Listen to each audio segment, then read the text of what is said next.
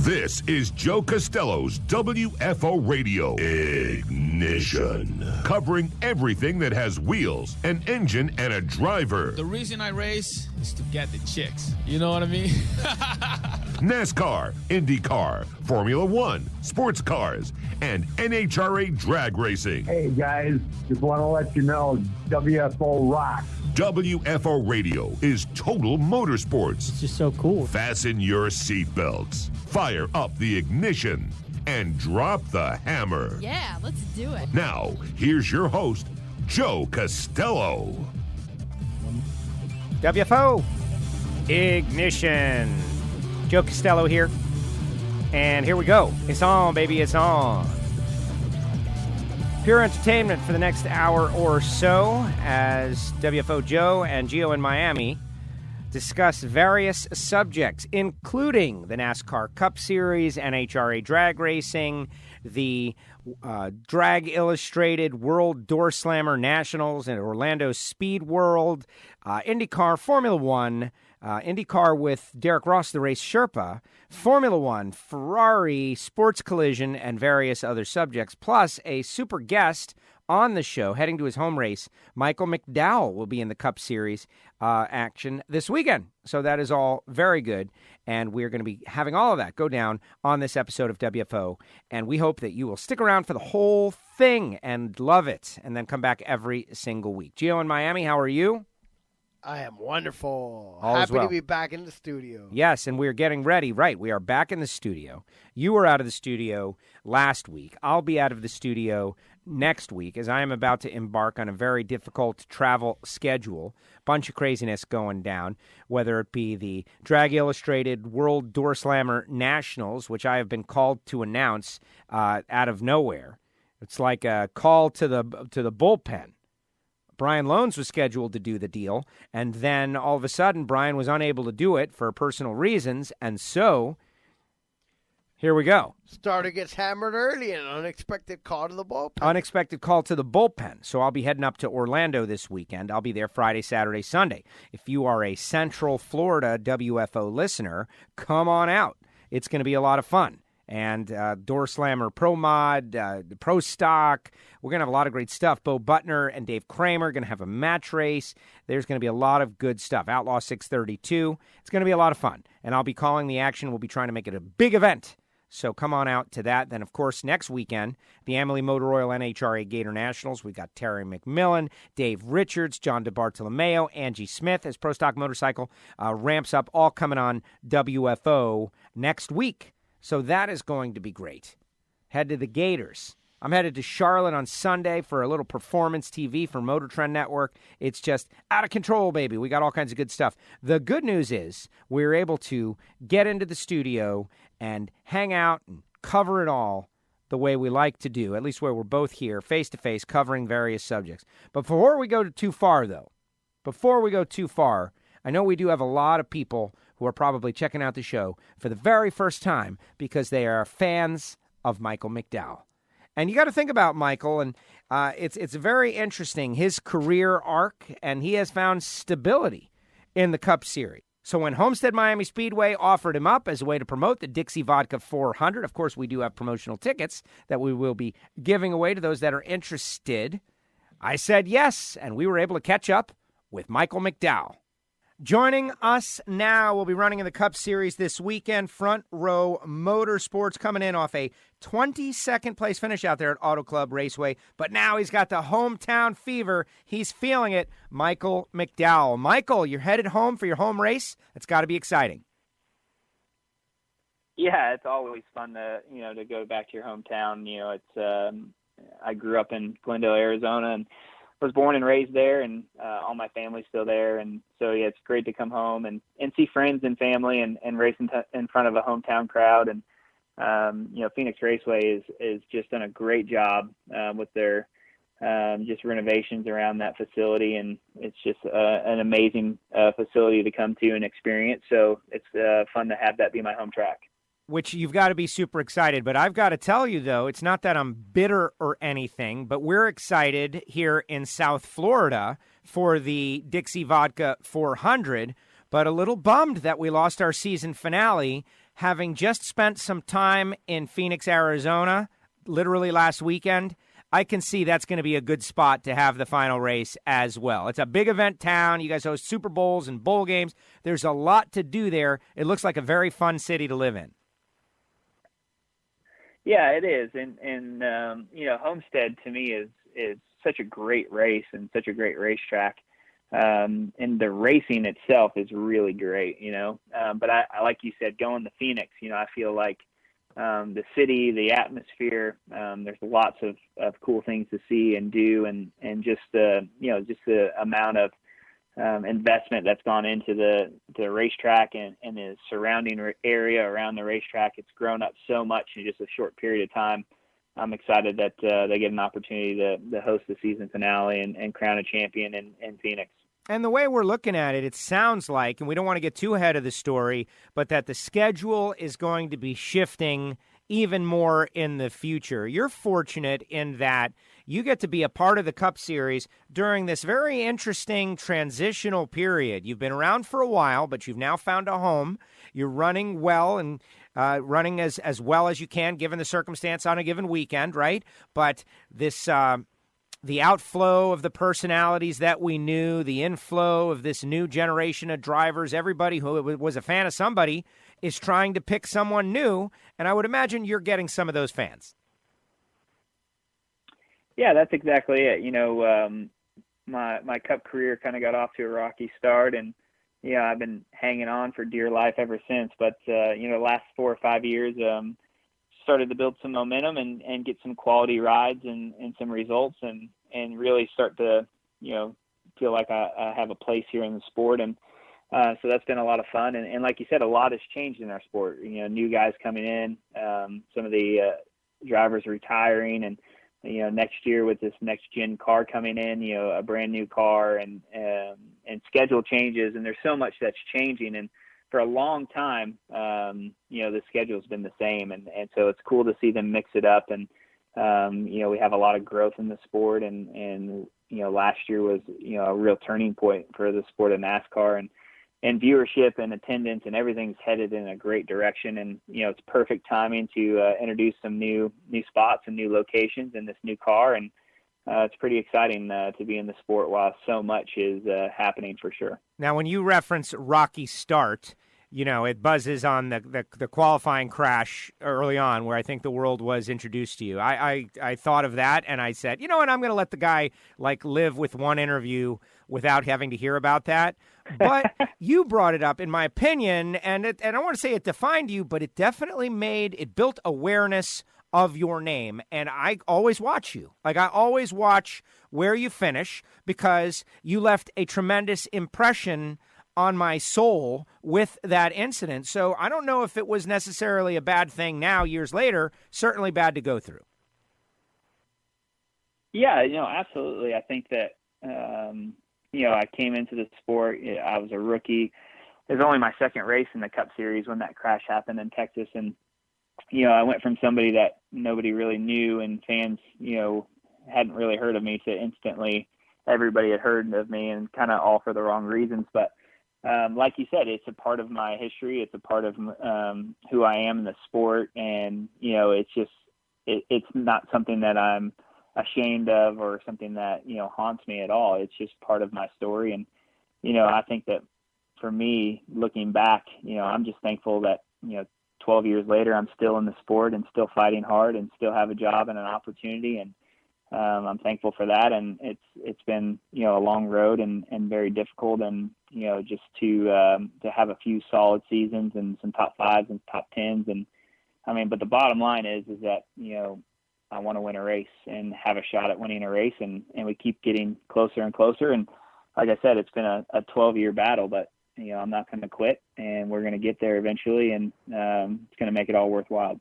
So many different battles going on just to stay in the Cup Series. You're winning that battle and doing well, and you should take pride in it. but absolutely try to climb up that scoring pylon. All right, I know we only have you for a limited amount of time. I want to know about the low downforce package, but I also want to know about the transition to the new car, because a lot of people are a little confused about what's going on. Today it was announced it'll have one center hub instead of 5 lugs, which I'm okay with that. I don't like to push back technology. It seems like it's been an advancement in other motorsports. Give me your overview of this transition. We got low downforce this weekend, but the transition to a new car next year. Yeah, so just touching on the downforce, for this year, 2020 season, the short track package has gone to a reduced downforce. And, the reason for that is just that, we felt like as an industry that our races at the 1.5 miles were tremendous. I mean, more passes for the lead, more side-by-side racing. But with that same package at the short tracks, it just wasn't quite as good as maybe some of the years past. So, we all kind of collaborated and thought that this was the direction we needed to go. And so I think the drivers are excited. I think NASCAR and the industry is excited about it, and hopefully it'll produce good racing. I mean, that's what it's all about. To me, I don't really get twisted up when rules change or things change, because they change for everybody, and the playing field still stays the same. It's still a level playing field. And if we can make the product and the racing better, then I think we should do everything we can to do that. And so I think everybody's looking forward to this weekend, sort of the first on track with this package. And none of us have tested it or really know what it's going to be like. And so it'll be new for everybody, but the same for everybody. And then moving on to the next gen car, I mean, there's so much to talk about with that, but in a short abbreviated version, it's going to allow teams like Front Row Motorsports to be more competitive with the Hendricks, Gibbs, and Penske's of the world. It's going to allow the Penske's, Hendricks, and Gibbs of the world to have a much more sustainable business model where they're not having to find hundreds of millions of dollars to race these cars by going to a lot of standardized pieces and parts on the cars, where we're not, having 100 engineers working on spindles and upper control arms to find a tenth of a second. So that it's going to help reduce the costs, which will, I think, elevate a lot of teams up. And I think that it's also going to be a cool looking piece with a lot of new technology. And more than anything, it's going to allow more side-by-side racing and beating and banging without fenders being smashed on tires and cutting tires and flats and all those things. So hopefully we'll be able to race harder, more aggressive, and not have such a delicate piece on the racetrack. Excellent. All right, Homestead-Miami Speedway, our home track, first March race. I got to tell you, you probably watched the Super Bowl. We are a big event town, and the final race of the season was able to draw people in because they didn't even have to care about NASCAR, but they knew it was a big event, so they wanted to go.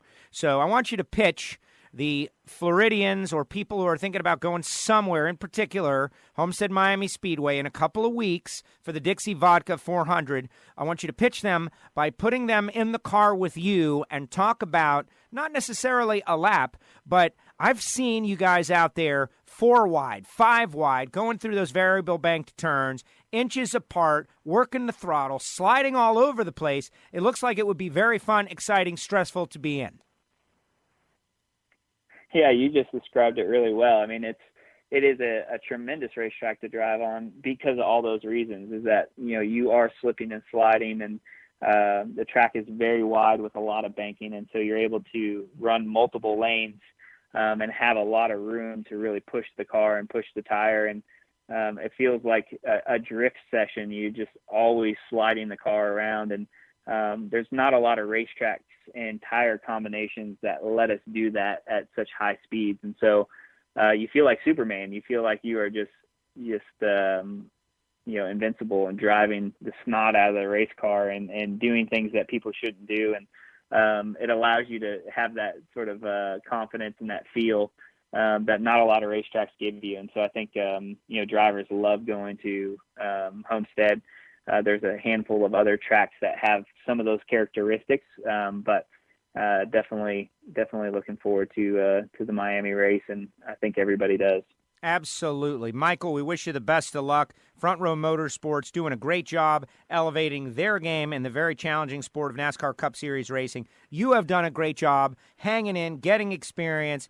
Drew, as your crew chief, he's got great experience as well. I'm watching those stages. You're running well. You got the blue oval. I saw what happened to Mrs. McDowell as well in February. I really appreciate you making your personal incident on the roadways a bigger part of the world so that we can keep some people safe out there. So you've got a good conscience as well. Thank you for coming on our WFO Radio podcast and sharing a little insight to what you got going on this weekend. Good luck in your home race here in Arizona, and go out there and get that top 5 or maybe that win.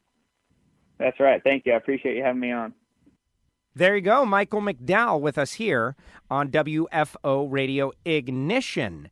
And there you go. I didn't bring up the big crash. He brought up the big crash. And that was interesting. I mean, it's hard to avoid it. But. Well, I spun it in a positive way.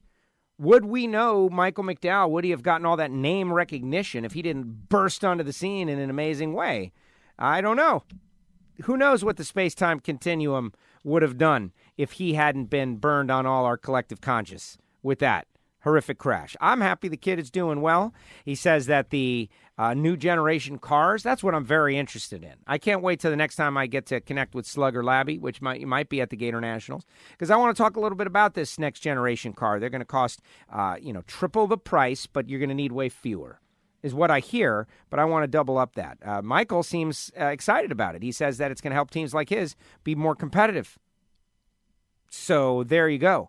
And then the short track package this weekend, which is going to be very exciting out there at Phoenix. And yeah, a little bit bitter that we don't have the final race, but we have adapted pretty well. The Dixie Vodka 400, the week after the Gator Nationals. It's going to be Sunday, March 22nd. And Dan Elephant Racers, if you want a ticket, you got it. And several of the promotional tickets have already been claimed.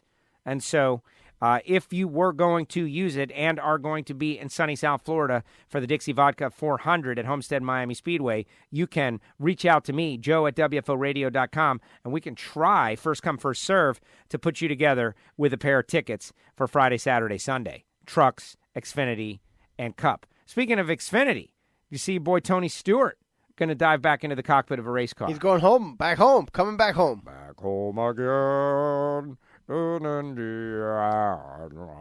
he like 86th? What? Is he gone? Yes.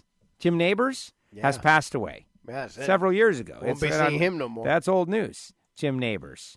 But yeah, Tony coming back. Like you said, coming home. Which is cool.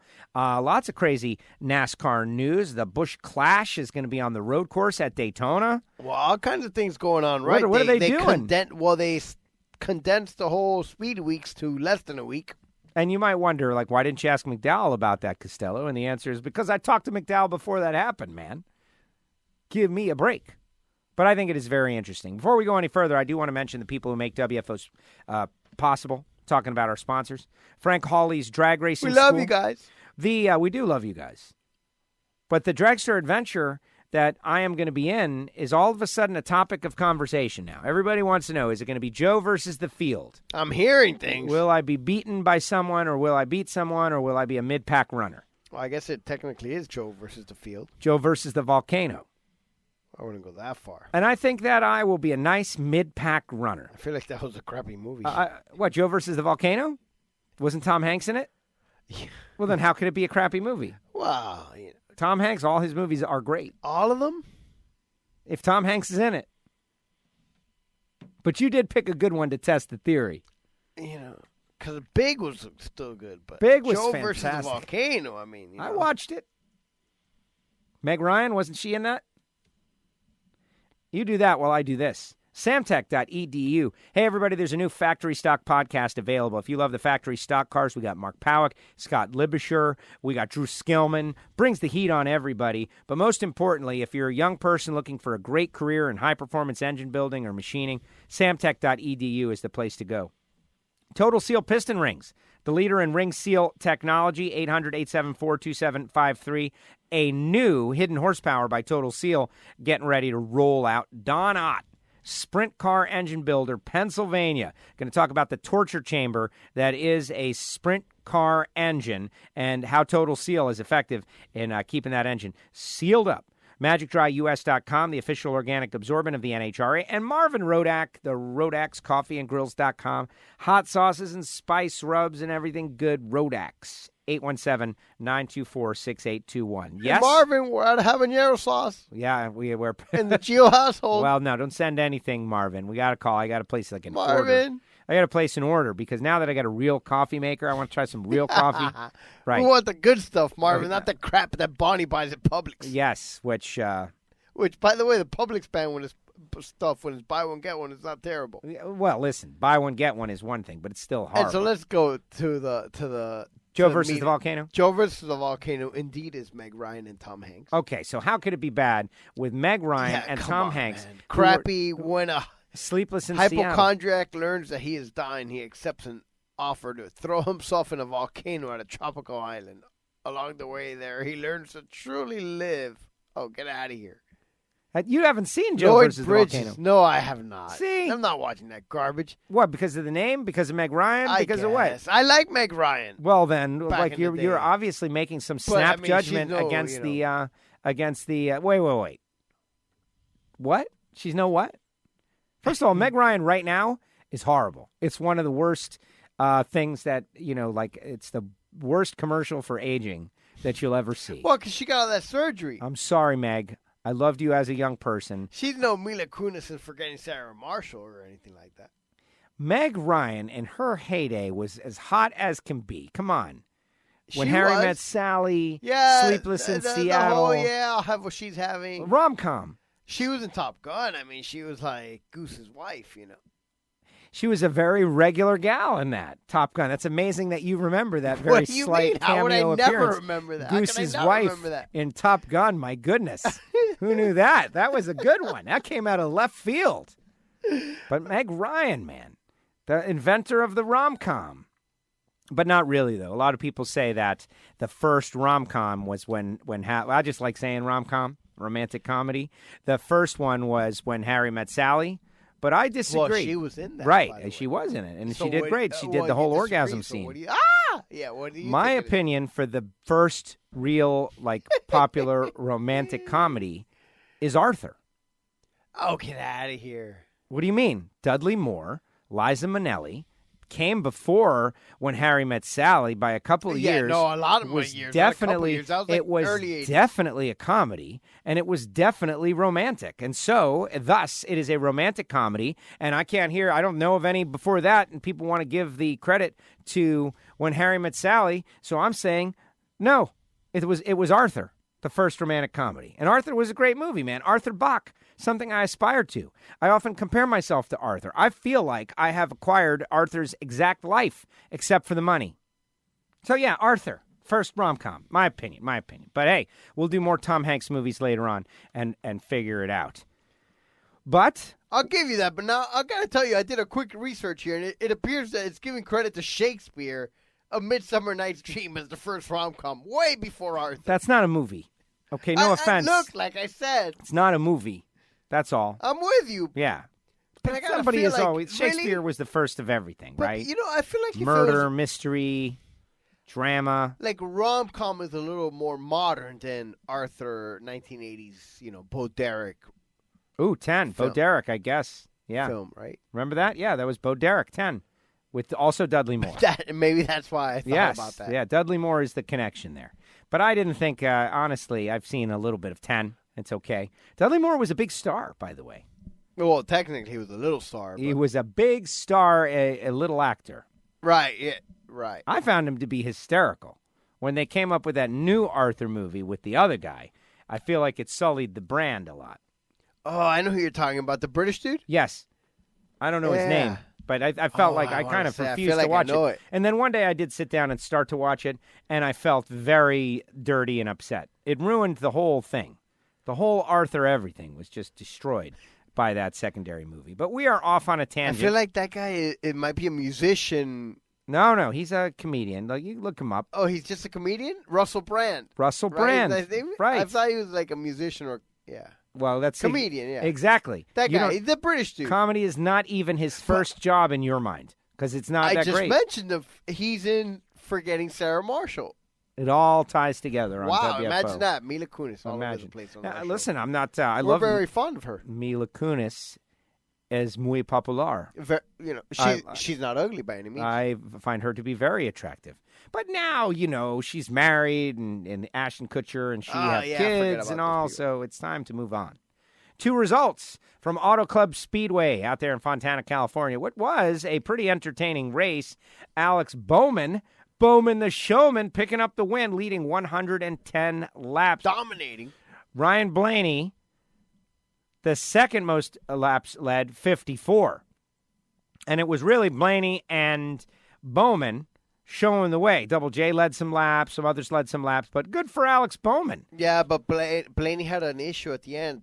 He wasn't winning the race anyway. He was 6 seconds back and slowly falling back from Bowman when his tire issue happened. So it wasn't like he was contending. But he did lose a good second or third place. And honestly, I don't know. I think at that point, I might have just ran it out and tried for the top 5.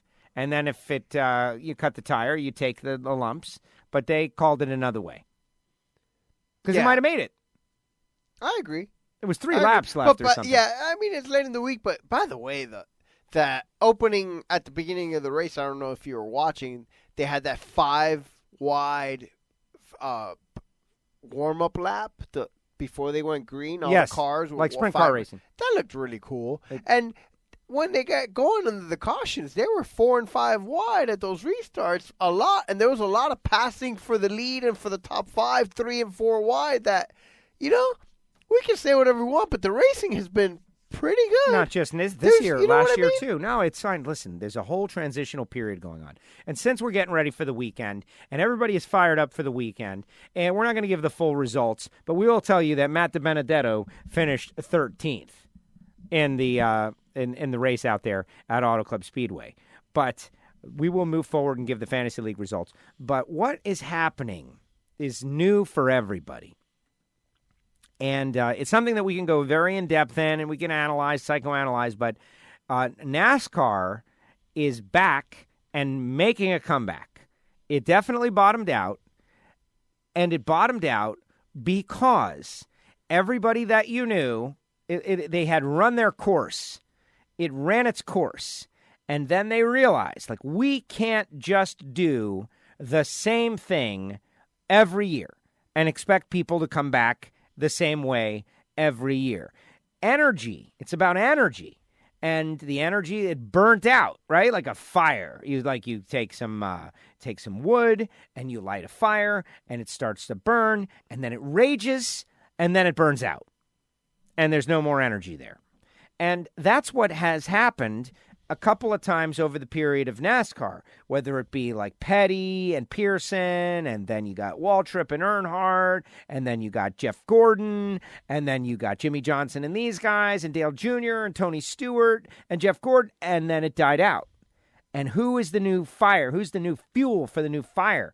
And that's the question we're finding out. And the answer is... Young guns. Well... You just have new blood now. You have got new blood. Nobody knows who they are. And why would you care about Alex Bowman? Why would you care about him? And now, oh, wait, this kid won 2 races. And he went out there and kicked everybody's butt and dominated and gave a cool interview. And seems like last year, won this year. Seems like a fun kid. Like, man, all right. I like Alex Bowman. Driving the 88 car. Took over for Dale Jr. Young kid. He's got no connection to nothing. He's not Chase Elliott, who is, that's Bill Elliott's kid. Like, if I'm going to root for someone, Chase Elliott or Alex Bowman, I don't know. I think I'm rooting for Alex Bowman. I already did that once. Somebody's kid. I want to pick somebody out of nowhere. Wow, the parallels. Somebody fresh. Somebody new. Somebody that I don't know. Matty D. Ah, Matty D. The WFO favorite. And look at all these guys that are, they don't have the guys that are running, and they're running out there in the top 10. Of course, Kyle and Kurt Busch finishing second and third. But you got good names that are not connected to anybody, including the past. And so NASCAR, what they're going to do with the Busch Clash, going to be run on the Daytona Road Course next year. Qualifying going to be on Wednesday. They're compressing the deal. Why? Save money. They want to save some money for the teams.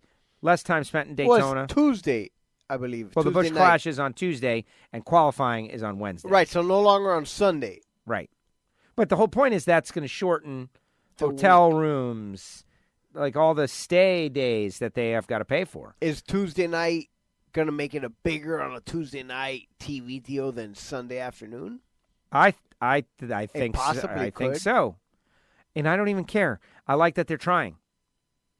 That's, for me, that's what you got to do. You got to be willing to try things. Not all of them are going to work. You're sometimes going to look bad.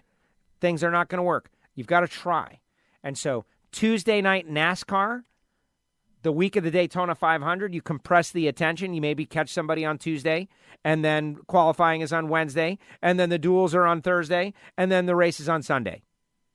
That actually sounds pretty good to me. And you've just saved the teams a considerable amount of money, which isn't it interesting how everybody is trying to save money? I'm all for saving money. So I like it. Make it rain. Why save money? Splurge. It's 2020, man. We're not in a saving money mode.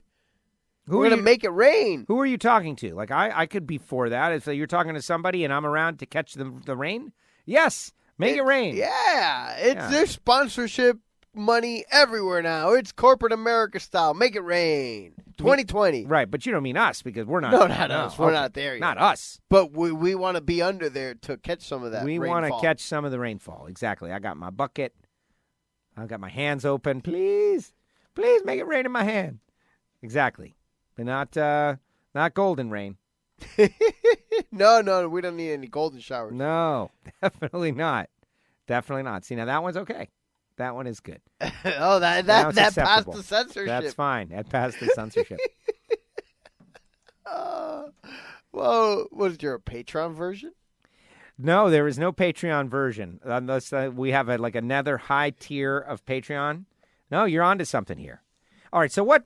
I don't even want to go. Gio's in rare form here this evening because it's a weekend show, right? It's We're Thursday, getting together, right? And not only last week we were Thursday on the phone. We've done a couple this week we're Thursday, Gio, in studio. Right, which is very odd and unusual. It's been a long time since I've been here on a Thursday night when we're doing a live show. We're doing a live show that you will hear after the fact. And this guy, he's got all kinds of energy, and every once in a while, It's been a long time. So here's the deal. You know what it was? It was that Hulk Hogan video I sent you last night. Got me inspired. I couldn't sleep. I was like Hulkamaniac on all the taking my vitamins. And that was all off the top of his head. How about that, huh? That's the amazing thing. And I think it was like 25 years ago in the mid-'80s.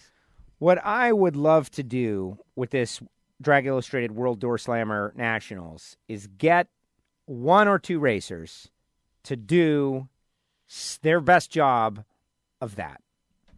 Like, why? What's every what's wrong? series needs a little bit of that. What is wrong? Right. Like WWF wrestling.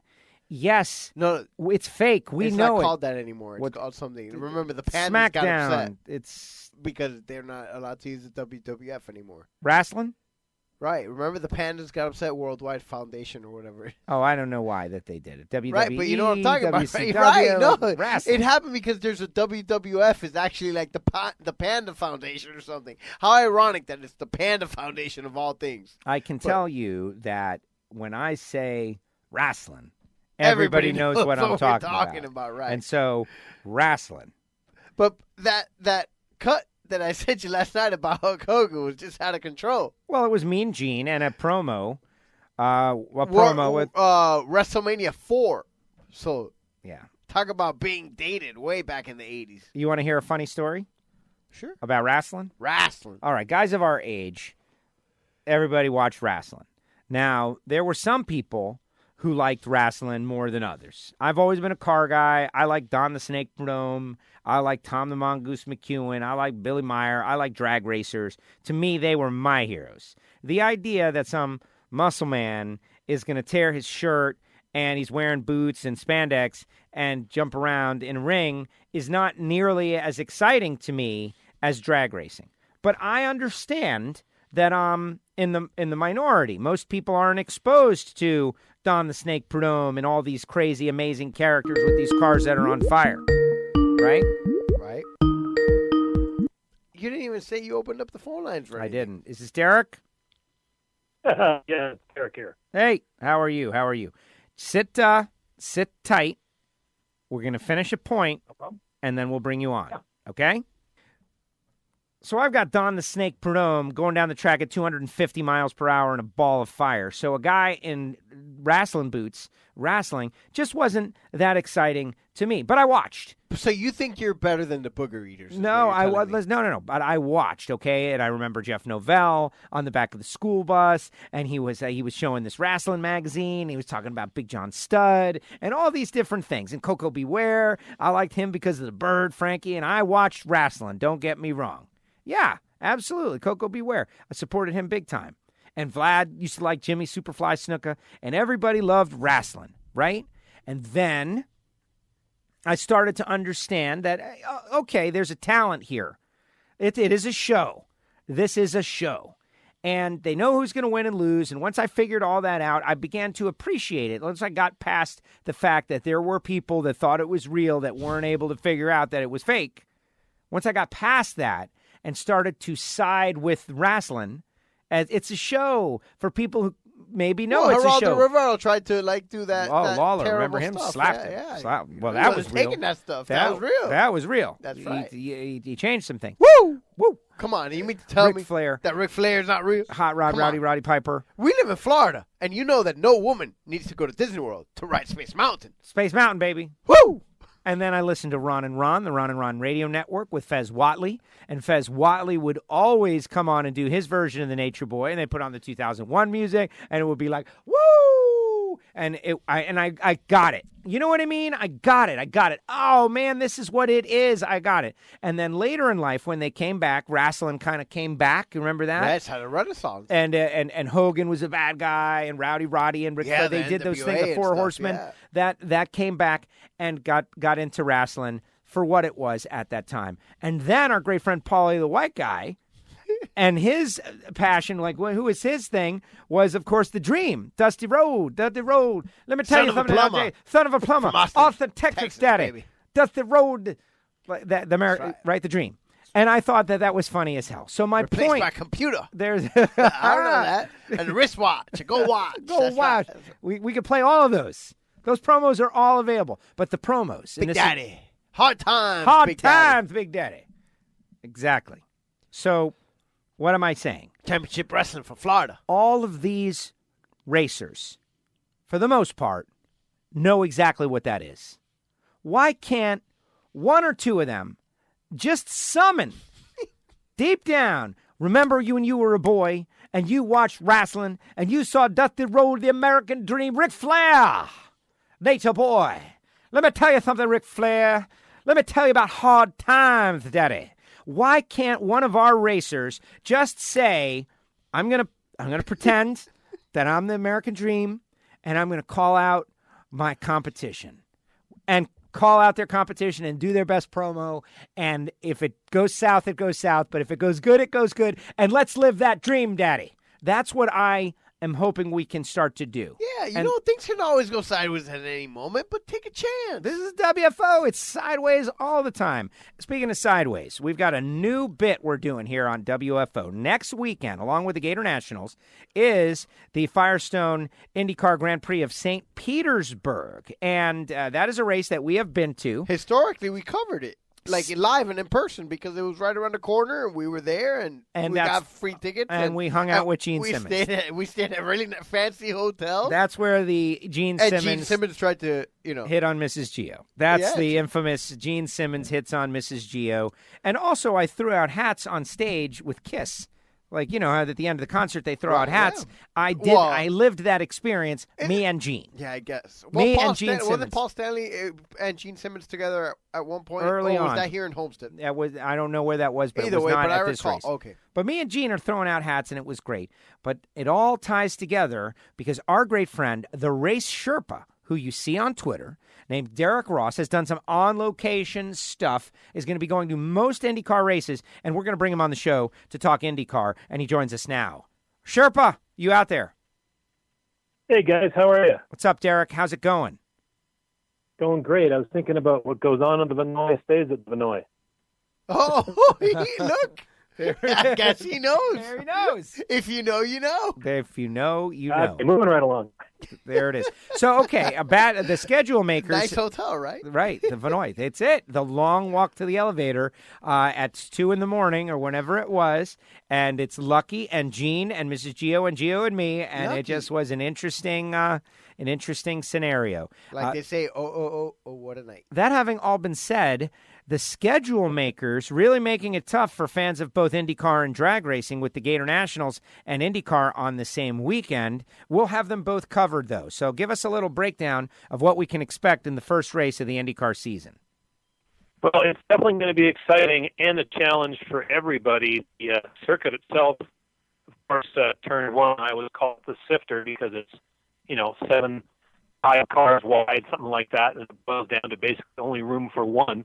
That is, unless you want to go testing with Sir Isaac Newton's law of physics against the steel barriers, but they usually win. Absolutely. It's a brand new rule for IndyCar. They have the aero screen. The cars are heavier. They're more top heavy, of course, all in the name of safety. The cars look completely different with this, has a titanium, I should say, aero screen. It was actually, done in concert with Red Bull Technologies, but it's a super strong piece. I mean, the actual screen is a ballistic screen, and it's able to withstand a 2-pound object striking at more than 220 miles an hour. Wow. So just that alone that's a huge difference. And we've had 2 different test sessions. We've been at COTA just earlier this week, Monday and Tuesday at Sebring. And, some unexpected people were near the top. Chilton in the Carlin car was fastest overall. The 31 car racer who's been in, and, of course, for Formula One, he was second quick. It's going to be interesting to see if those times carry over because it's a completely new ball of wax. Joseph Newgarden, champion last year, said the cars, he definitely feels it being more top heavy. He feels it rolling more. I mean, they're 70 pounds heavier. He's got a lot more weight up top now. And guess this. Here's a question for you guys. What do you think? What sort of weight do you think that this new aero screen could possibly withstand? Give an idea. How many 1,000 pounds of force do you think? No clue. Gio? Yeah, Okay. I could just make up a number, but no, I have no idea. Like 34,000 pounds of force. It's unbelievable. Wow. So, it's a huge change to the car. The way the car is, the whole aero screen can be moved back and forth in 15 minutes, but it's all brand new. And there's, everyone's moved back and forth. I mean, Tony Kanaan is, a fan favorite. He's not going to be in car at St. Pete. He's going to 5 oval races this year.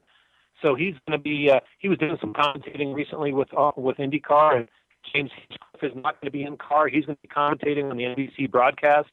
There's a many changes this year. Well, I think it is great. Now, it's to the audience out there, just that Derek's line is just a little bit off, and we are going to fight through it because I can pick up what he is saying, and I know you guys can't too if you work real hard, just because we have tried a couple of times to get a great line for that. But, Derek, you mentioned the Roger Penske portion of this, in that new era for IndyCar top to bottom. Yeah, the aero screen is basically the look that signifies that this is a new era for IndyCar, but genuinely, this is a new era for IndyCar, and I think this season I'm most curious to see how the captain puts his fingerprints on the series. Have you had any indications of how that might be or how that might work out? Well, no, it's a huge undertaking that he has taken over, and they call it the stewardship is now changing from one family to another. Essentially, the $2 million increase the prize money for the 500. I mean, they're going to have changes, of course, at the speedway, but overall through the series. I mean, Roger's stepping down from the from the box, so to speak. He'll no longer be calling strategy for one of the cars. That alone is a huge change, and of course, if he I'm sure he did that so no one's thinking they're going to have any special thing going on. I mean, of course, Tony George and family has a car in the series for you back when they've been involved. I think it's awesome for the series. I've been fortunate to work with many of those people over the years, and well, Tour Grand Prix, it's going to be no question, it's going to be a class act, and I'm really surprised. It seems like every couple of weeks there's another announcement as to something else that has changed, something that nobody was expecting, coming forth in the series or down the road. I think it's all positive from this. Absolutely. Derek, I am looking forward to the Firestone Grand Prix of St. Petersburg. What we'll do is we will have you on after the race to do a little bit of a recap. If you gather any audio while you're out there, by all means, send it our way. But for the audience out there, and just so you know, it's just for whatever reason, the phone line is a little too sketchy to have a prolonged, in-depth conversation. But what we'll do is we'll follow up after the race and we'll dive in. But this is the new Sherpa on IndyCar segment here on WFO Radio, and I'm certainly looking forward to it. People can follow you at the Race Sherpa on Twitter, which is very cool. You do tours and bring new, like you and I are in the same business. You're over there in IndyCar and I'm in drag racing, but basically educating new fans to all the great things that are going on. I think it's very exciting. I appreciate you coming on the show and sharing your preview for the Firestone IndyCar Grand Prix of St. Petersburg. And we lost him. Race Sherpa. That's a bit of a bummer because he and I have been talking since PRI 2 years ago about doing a bit on the show, and now it's happening and just we couldn't get a good line out there. But we'll tune it up as we go through the season. But I like the fact you can tell he's got a great, vast amount of knowledge, insider knowledge, because he's given tours in the paddock area of the IndyCar races. And so follow him, Race Sherpa, and we will definitely have him back on the show again. And obviously our apologies. Just we could not get a good sell. We tried a couple of times and just couldn't break through. Sometimes you get a bad one and then you get a good one. We just got a couple of bad ones back to back to back. Derek Ross, Race Sherpa here on WFO. It was a fun race. Now, the schedule makers, NHRA, IndyCar, same weekend, NASCAR, 12 Hours of Sebring, same weekend, NMCA, Orlando World Door Slammer National, same weekend. Well, they made Florida the race capital of the world for the month of March. Yes, exactly. But that's great. Simple as that, including NASCAR, which I am excited to be back in my wild, crazy travel schedule that begins I'm glad tomorrow. You're back at Homestead. We missed you last year. I know, and I'll be in the Cove. I was hanging out with Dan and the people. What's up, Dan? And everybody was like, "Where's Joe?" Dan's not coming. And I'm like, "Yeah, Joe. He's just big time. He can't hang out with us anymore here." Yes, exactly. Big time. He big timed us. I did. I'm like, Joe, he's California, Hollywood. He's out there in the big stars. But the Cove now, I'm excited about the Cove. Food trucks, concerts, music, bars, cuties. And by the way, still a great time of the year to be down here. Beautiful weather. It's been incredible. Today was 90. It was hot as hell today. But by the way, we're going to participate in the cool weather one more time this weekend before it gives into the hot weather. Ah, that's it. Winter is coming. I heard there's a high of 70 on Saturday and Sunday, so it's going to be perfect. All right. Come on down. Let's get into our fantasy NASCAR results. I know everybody. See, if you're a first-time listener and you logged in to hear Michael McDowell and you're like, what are these guys? Last week I told the first-time listener it was probably not the best show to listen to.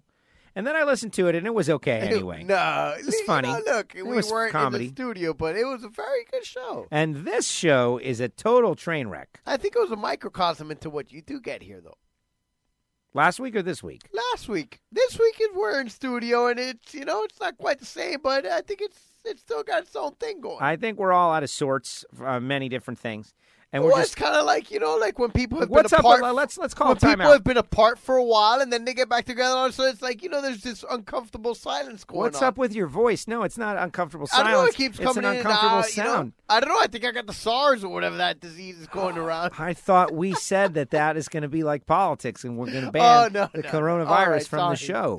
People are scared to death everywhere else. They don't need to be scared to death on WFO. No, they're having fun. Everything's fine, everybody. Just as long as you stay where you are and we stay where we are and we keep this nice connection that we got. And generally speaking, 80% of us are going to be okay. So don't worry about it. It's fine. Everything's fine.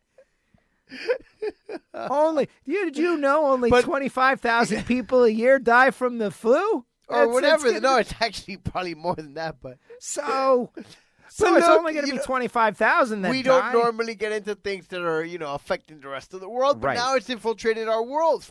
Sporting events are being canceled and delayed. And Listen. Okay, see. Formula One is greatly affected by this as Yes. the travel Yes. and so forth. There's talk about banning, Italian people that are coming out of Italy, which would have greatly affect the Ferrari team, I'm sure. Wow. Okay, I hadn't thought about Right. Well, Formula One actually had to make a statement and say that if there is an issue where teams are from certain places are not allowed to travel, that the races either aren't going to count or aren't going to be run because it just won't be fair. Okay, so now it actually is something that's affecting the, not only motorsports, but all kinds of sporting events that we discuss. Well, there are soccer games, and there are games that are being played or going to be played in front of empty arenas.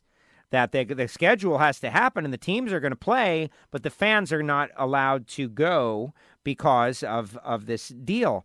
And honestly, it's something that is of personal concern to me. Well, you're traveling a lot. Well, not me per se, because I feel like I've gotten my immune system up to where it needs to be. With all the travel I've done, I've been exposed to lots of stuff. And, I don't want to get it. But it's not about me. It's about my dad. My dad is 77 years old. He is exactly the wheelhouse of the people that are most affected in the worst way. I'm thinking about my father and this. And so every thought about this is in the context of how will it affect my father? Like, should my father go to somewhere where there's a big bunch of people from all over the place? Should we go to a place where there's a big crowd with my dad? Yeah, I would just recommend not doing it. Yeah, to be honest with you, it's just, better be cautious. Well, exactly. And that's what a lot of people are doing. And you can't blame them. And so don't go to a movie. We live in a town where they generally don't do the right thing. And they have actually canceled that Ultra Fest where down here there's a music fest, which is everybody knows electronic Ultra. Music festival, yes, where a couple 100,000 people go, and the vast majority that come from outside of South Florida, and they have canceled the festival. There's a bunch of pookie pill poppers down in Bayside over there hanging out and having fun. That's an accurate depiction, right? And they go and they dance the night away. And they're dancing and dancing. More power to them. But, do we really want a bunch of, people coming from all over the place and getting together, out in the middle of the street right now? And so, it better be cautious and not do it. And I get it. And so, mind you, we live in a place where they, generally speaking, don't tend to do the right thing. So the fact that they did the right thing is either a good sign or, whatever, a sign that, that the Walking Dead is coming upon us.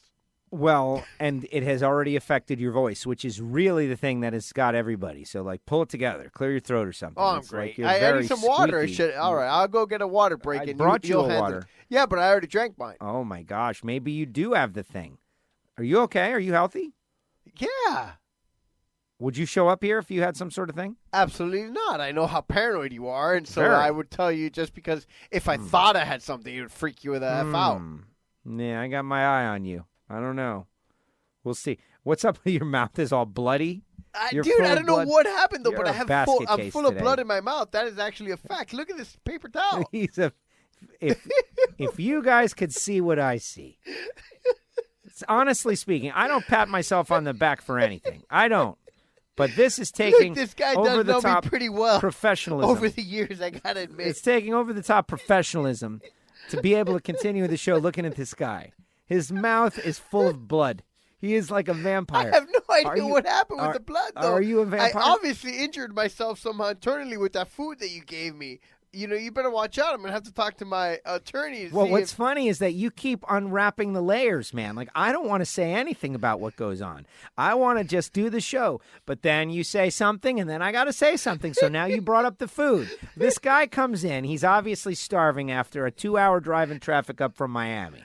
All right, and so he's hungry. And I had gone to the local grocery store and got some of those drumettes, like the non-breaded winged drumettes that you go to Publix and you get, and you eat them because you're starving. And this guy, ate 6 of them faster than I've ever seen any human being eat anything, and I had to get out the way. Like, I was like, whoa, look at that. The stuff's going down in a crazy way over there, and I'm like, hey, man, hey, no, I'm good. Everything's good. I'm obviously wired from the drive, the traffic and battling the traffic, and starving and hungry, and you clearly misjudged the eating factor because you have done something to the inside of your mouth. I obviously hurt myself. No, you are bleeding from your mouth like George the Animal Steel. Look at this paper towel. I see it. It's horrific. It's a nightmare.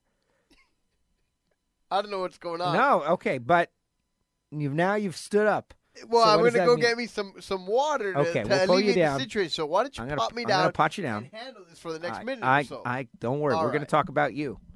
We're going to talk about Giovanni as he exits. There he goes, everybody. The great Giovanni. Oh, my goodness, WFO radio listeners. And see, this is why some people like the show. You might not be getting what you want exactly at this moment right now, but we have had an occurrence. Like, this is the thing. I was just telling Big Dave from the poker show, something happened. He didn't get back from break, and he's like, well, why didn't you wait for me? Because the show goes on. And that's what's happening. The show is going on. Giovanni's got a mouthful of blood. He is his voice is cracking all over the place. He's clearly all over the place. And that's WFO. Subscribe on Apple Podcasts and Spotify. I'm going to get into the WFO Fantasy League results. And hopefully, speak of the devil, Elephant Racers wins the week. Amazing. 355 points. Ray Indy, 353. Motorhead, 55. 346 tied with Day Racing, 21. And Chicken Pit Special. Flea Tree, 344, 6th. Team 12, 343. Gio is back. He's drinking water. He's going to swish. Should have used lava. 343 for Team 12. The New Hampshire Bucknut 442, 341. Along with low. Am I allowed to say the next line about the lava? You can't say maxi pad. No. I can't leave the paper towel looking like a maxi pad. But by the way, I discovered what happened. Okay. Do you want to see? Let me finish the top 10. And no. 329, Racing 5032, and Keen Racing rounding out the top 10 for this week's fantasy racing. I can survive with a description, verbal description of what happened. Evidently, I bit myself. You bit yourself. Okay. I see You see the blood just pouring out of my tongue profusely? And isn't that what I said when you were eating like an out-of-control animal? Possibly. What do you mean possibly? I've discovered it. This is not the first time I have bitten myself and been bleeding. But you bit your tongue in half. You have a you have a wound. Yeah, it's worse than I envisioned. You know what you should do? Serious now. I'm not being a joker here. And we'll do it on the air.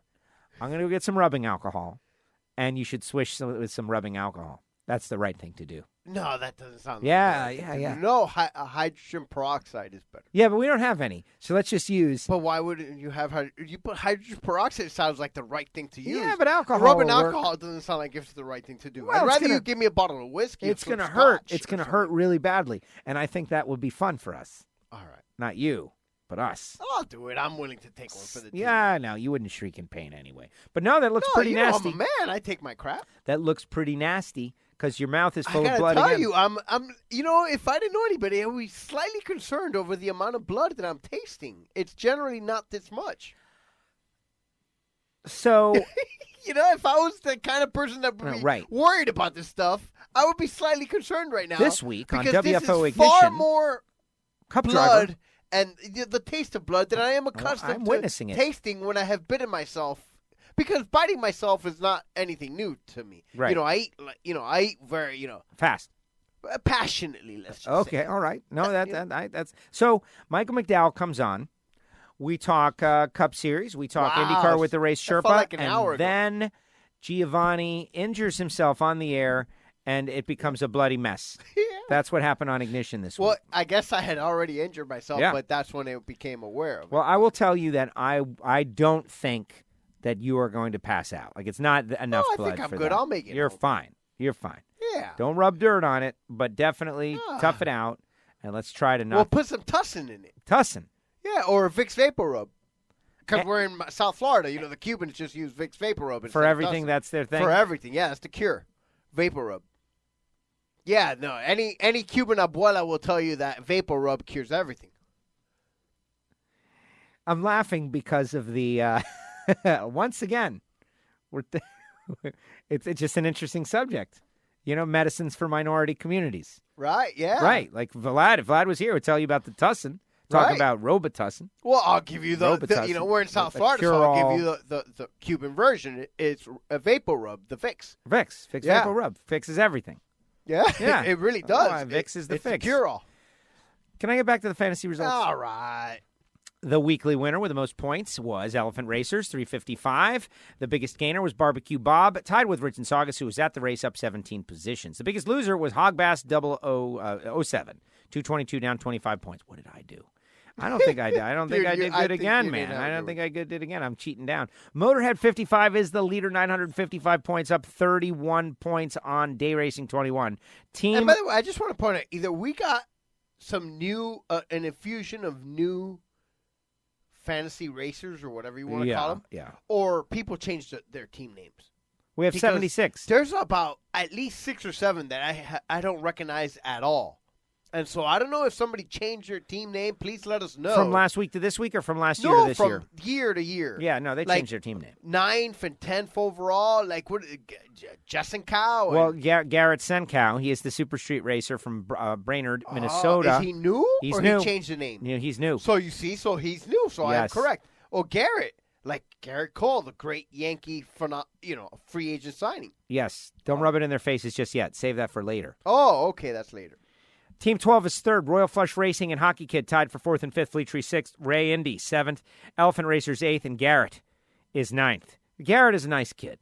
Oh, he's Garrett. Kid. Gareth is his name. Not Garrett. So he's not Garrett. No, he's Gareth. All right. Sorry, 9th. Gareth. And Young Money, Kyle, blah, blah, blah, Nitro Fanatics. Is that Craig? That's Craig of the Northwest Nitro Fanatics. And what's all this stuff in the front of his name now? Young Money, Kyle, I think that's from... What, is he a rapper now? No, I think it's something from Talladega Nights. Oh, all right. No. Oh, so kind of like, Little Baby Jesus? Patrick the Webmaster 11th. Racing 50-32 12th. Uper 1 13th. Gio in Miami 14th. Bobby's Bug Barn 15th. Did something. Bobby got a shot out last week. Went down to Belle Rose. Smothered and Covered 16th. Car 24 Fans 17th. Sith Racing 18th. 19th. Aviator Racing. And 20th. Keen Racing. You know what I've decided to do? I'm going to read every single name because I don't think we've done that yet. Just so everyone can hear every single name of the 76 names, and everybody knows everybody, and then we'll do on the 5s in the future. Like getting to know our friends. Getting to know our friends. Keen Racing 20th. Lowe's Chincones 21st. I was going to have Lowe on the show to talk about his drag racing experience, but what we'll do is we'll have him after the NASCAR race because he's going to the NASCAR race this weekend in Arizona, and then we'll get his opinion on both. There's a lot to talk to Lowe about. A lot, yeah. His baseball opinions are, I can't agree with them very much. Well, I'm just going to have to throw that out there. Yeah, no worries. But a good guy, though. Oh, good guy. I love Lowe. Yeah, I just, don't agree with his baseball situation. Tom Inc., 22nd. Bad Brad, 23rd, tied with Mr. Fantasy NASCAR, and then that's it. That's right, Mr. Fantasy NASCAR. Don't talk smack on Mr. Fantasy NASCAR, man. You know what he's going to do. He's going to come on strong at the end, and he's going to win again. And the WFO universe can't let us down. Papa Gator is 25th. 26th is a Chicken Pit Special. 27th is Spider Monkey Racing, Gary, which brings up the Tennessee Tornadoes. That's right. Yeah. That was you know what? I felt really bad. Is he in Nashville or is he in Memphis? Yes, he's in Nashville. He's a musician. The Money Man, he's in Nashville, the Money Man, right. And did I, go out and reach out to our great friends and say, oh, my gosh, great friends, Dude, are you guys okay? I just We didn't. are bad people. I am. I'm going to text him right now. You should. I am. Yeah. And, you think about it, those houses were wiped out. Tornadoes go through Nashville, and we've got friends there, and I'm in my life doing my own thing. And, I didn't even realize, oh, my goodness, until after the fact, which is it's too late. Not that I could have helped, but still, we got a lot of people out in Nashville. We got to go to Nashville, man. We got friends there. Just a bummer. But anyway, Gary, hope you're all right. Gio's texting you now. You'll know about it later. Or you'll know about it before you hear this. 28th, Team Gray. 00 Dead On, 29th. Beer Rita Racing, 81 is 30th. Miss Shift, Bent Valve, 31st. RJ9688. What's up with that name, RJ9688? Come on, come up with something funny or good. 33rd, 826 guy. That's Marvin, up 12. Way to go, Marvin. Recky Stinkhouse is 33rd. Moonchild.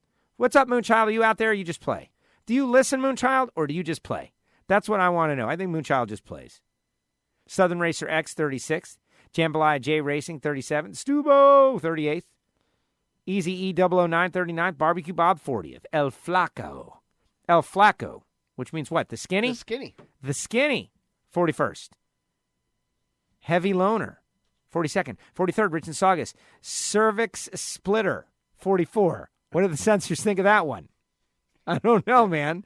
That one's right up on the line. We're leaving it. Yeah. We're leaving it. He's the head of the hippie. Well, the thing is, it's less than the stuff Gio been saying.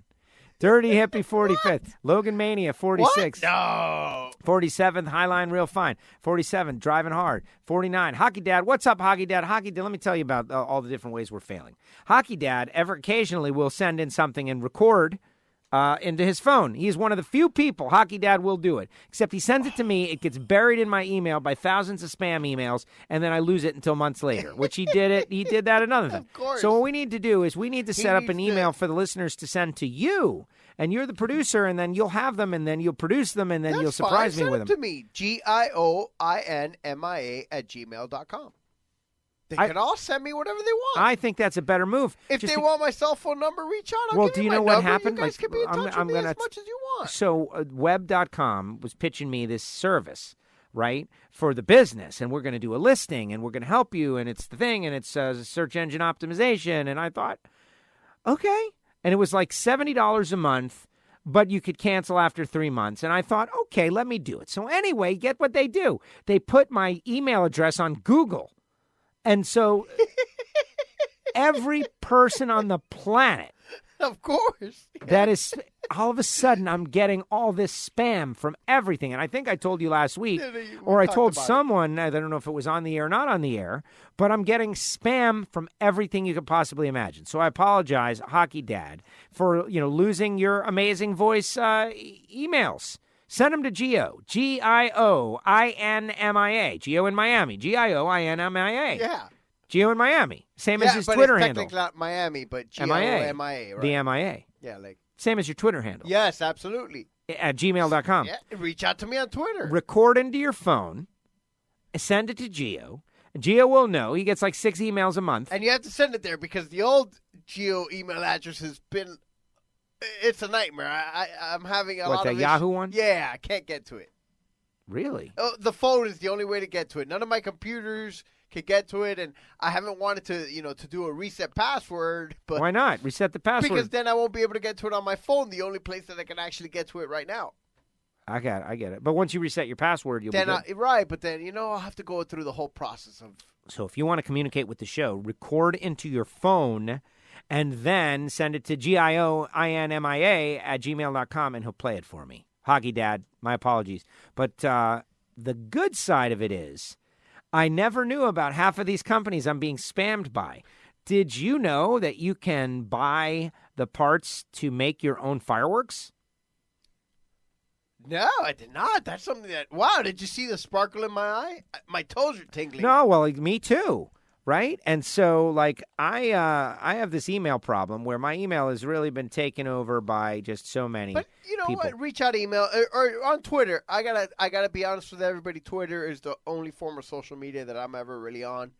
And as you'll see, I'll retweet the stuff from the show. And I just a couple of days ago, there was, I discovered some dude who retweeted some stuff about WFO. Apparently, he's some kind of NFL, NHL reporter or something, and... About WFO, what, us? Or yeah, he retweeted the show and said that if you're not listening to WFO, that you're an idiot. That's Dugenet. Oh, you know him? Yeah. Oh, excellent. Dugenet Blend. He's got a podcast. I've been on his podcast. He's a good guy. He's a sports guy who likes NHRA drag racing. You know what I mean? Yeah, no. Yeah. He's good. He covered the Eagles. He's a sports reporter who loves NHRA drag racing, and he's in the same boat that we all are, trying to interest mainstream people in our niche sport. Yep. But anyway, just to bring it home, Skylighter. I'm doing a free spot for people who spammed me. It worked, guys. It worked. Except I canceled the web.com thing, right?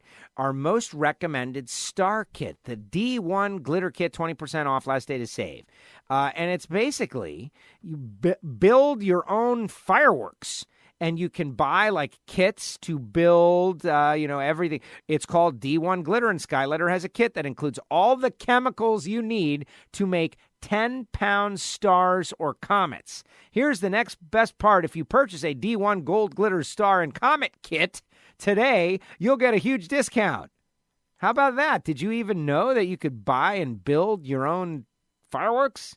I had no clue. Instead of spending $500 over there at the fireworks store, I think I would rather just build my own. Now, look at this. It's even better because it's $62 for the kit, which, the big firework thing How is. How many of those buckets do we get? You get, I guess, all these buckets. Listen, you're interested. Whoa.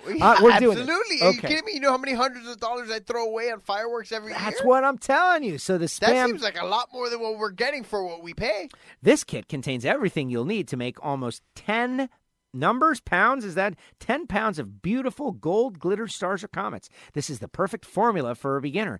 Easy to bind, which is obviously Are those like mortars and stuff like that, what we're accustomed to down here? Yes. Remember, we're allowed to use stuff to scare off the things from our crops. For our crops, right. You have to sign a thing. Right. Each kit contains 5 pounds of potassium nitrate, 2 pounds of sulfur, 1 pound sulfur's the smelly spheroidal aluminum, air float charcoal, 1 pound, sodium bicarbonate, 1 pound, and then dextrin, 1 Look, pound. I'm not a chemist, so I don't know what the Well, that's what this is. You've got to be. Well, Well, do you want to see the D1 glitter I instructions? want to know is, does it go up in the air and, make bright lights? That's it. Well, yes, the answer is I don't want the stuff duh. that, the crappy stuff that we could get from the guys here.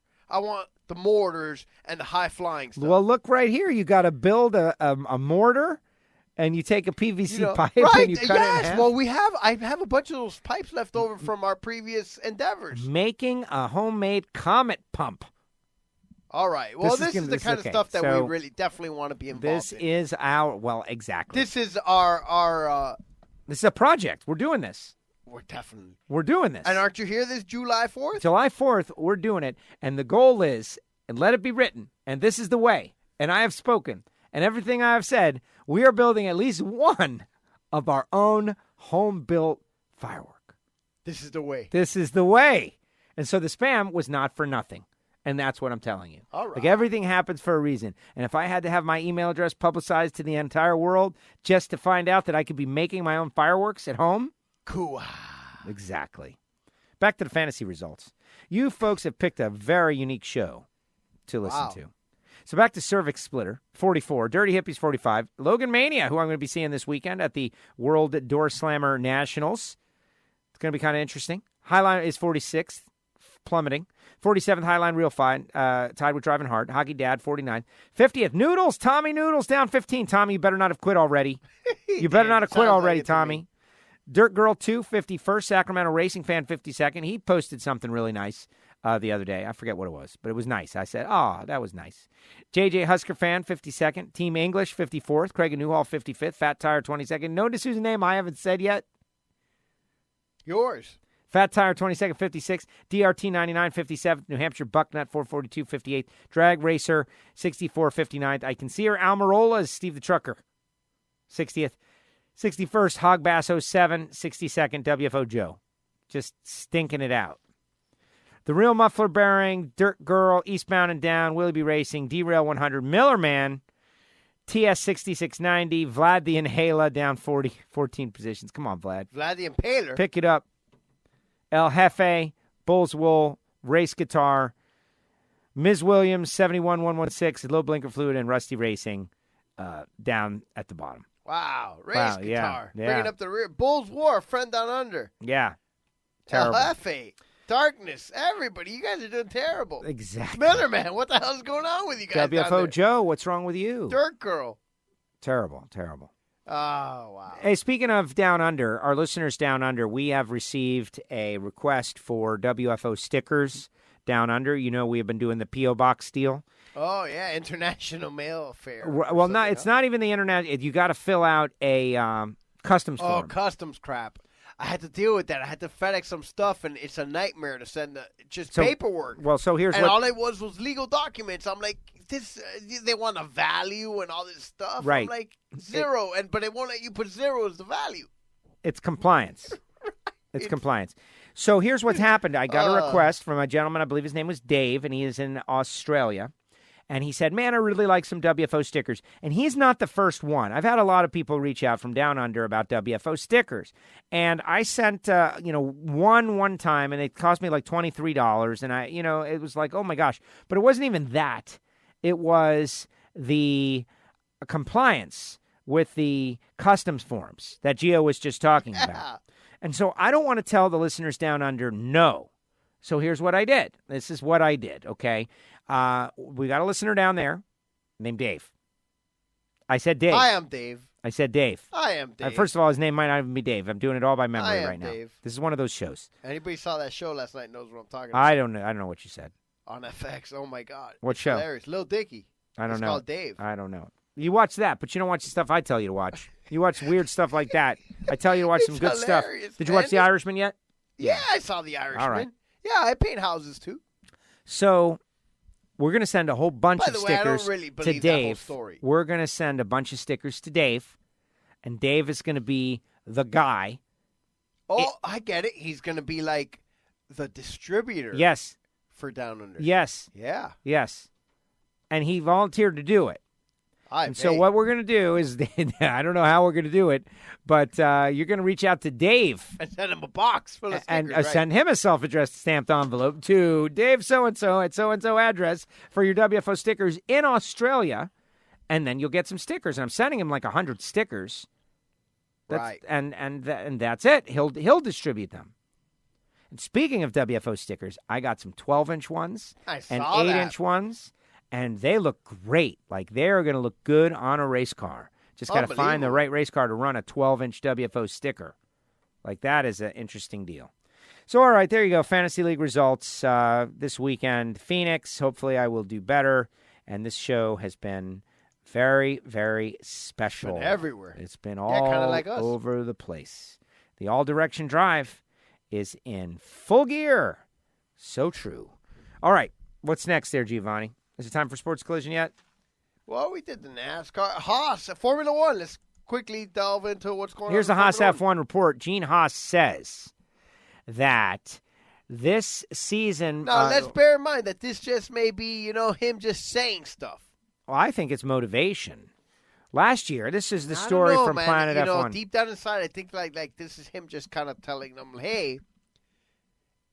Signing up for another 5 years is a giant financial commitment for me.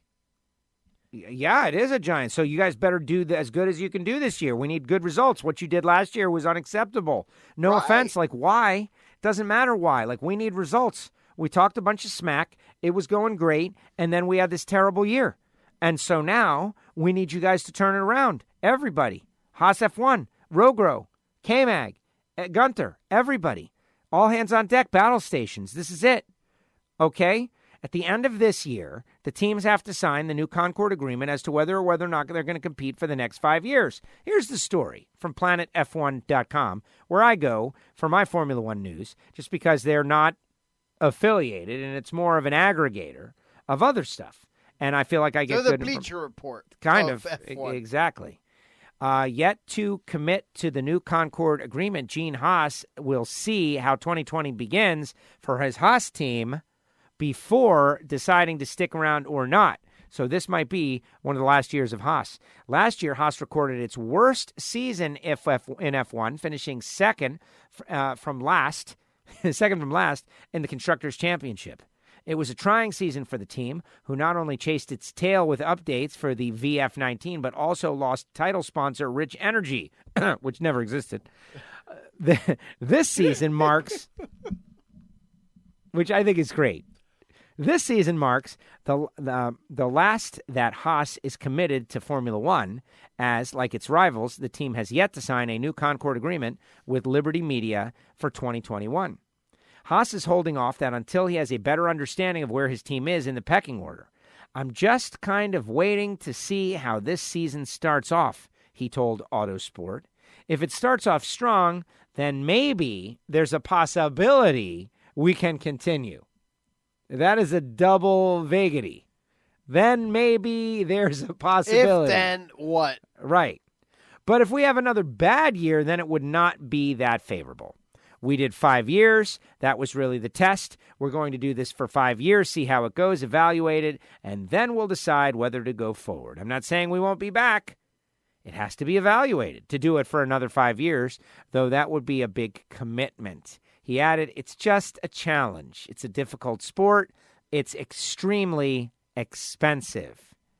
It's time-consuming and puts a huge amount of stress on the teams to compete. It's not really beneficial to the teams that aren't in the top 4 or 5. Unlike many rivals who are eager to see how their new 2021 regulations play out next season, Haas is focused mainly on the cost of introducing a completely new car. With the new regulations coming in 2021, the big question is, how much is that going to cost? He said. There's so much change going on in Formula One, you really have to ask yourself, is it really going to be worth the expense to try to implement all these changes? I know everyone thinks the changes are good, but boy, they're expensive. And I just want to tell everybody, I'm characterizing the tone in Gene Haas's voice myself. It's not indicated. Well, of course not. It's you can't really tell the tone when you're reading a text or reading anything that's written. But we can assume what it is. I feel like I'm right. The American doesn't believe the sport's $175 million budget cap will result in smaller teams such as Haas breaking even. It's definitely not financially worth it. I could tell you that. The business model does not favor the smaller teams. As everybody knows, with the way the money has been distributed, 70% of it goes to the top 3 teams, and 30% of it goes to the other 7 teams. It's not a good economic model. At least in our condition, you're only paid about a third of what it actually costs to run a team in Formula One. So from a business model, it doesn't do that well. Obviously, every team has a different nature as to why they do it. Some of it is primary sponsorship. Ferrari is that. They've been doing it for 60 years.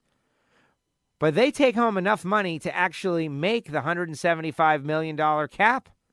But a lot of other teams operate on a quarter of that. So how can you really run a race with that kind of disparity? Says Gene Haas, and tough to argue. Tough to argue. It's the haves and the have-nots. And the haves are Mercedes and Ferrari and McLaren. And then Red Bull. Right. Yeah. Oh, man, that would be a real bummer, especially if we get a Formula One race here in Miami and we don't have an American team. That would be sad. Well, it looks like the race is definitely coming. Well, gun to my head, I got to say, I think he's done.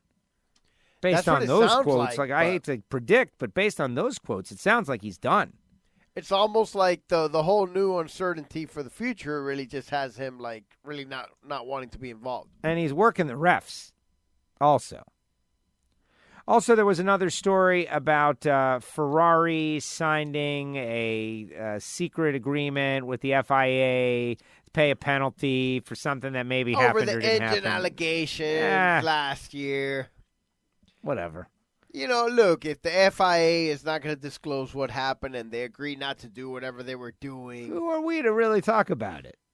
There's nothing to see here, really, right now. No, but the other teams are very upset. To be fair to them, the other team, they're not happy. Everybody is angry. Here it is. Ferrari rivals strongly object to FIA settlement. Last year, Ferrari's rivals questioned the legality of the Scuderia's power unit. This led to several technical directives being issued by the FIA relating to fuel flow. Seems like a gray area. The teams, well, that's exactly what it is, okay? It's the teams were also informed, and this is what makes Formula One great and also expensive. Ferrari came up with something that no one had thought of. Just like the steering deal that we talked about last week. The DAS. Except you can't hide that. The DAS. That's out in the open, right? The teams were also informed that an extra sensor would be used in 2020. The matter rumbled on without any decisive ruling from the motorsports governing body on whether Ferrari's engine was legal or not. The FIA swept it all under the carpet last week and announced a settlement with Ferrari. The settlement read, the FIA announces that after thorough technical investigations it has concluded its analysis of the operation of the Scuderia Ferrari Formula One power unit and reached a settlement with the team. The specifics of the agreement will remain between the parties. The FIA and Scuderia Ferrari have agreed to a number of technical commitments that will improve the monitoring of all Formula One power units for forthcoming championship seasons, as well as assist the FIA in other regulatory duties in Formula One and its research activities on carbon emissions and sustainable fuels. Isn't that great? Yeah. What the settlement related to and why the FIA agreed to have it has not been disclosed.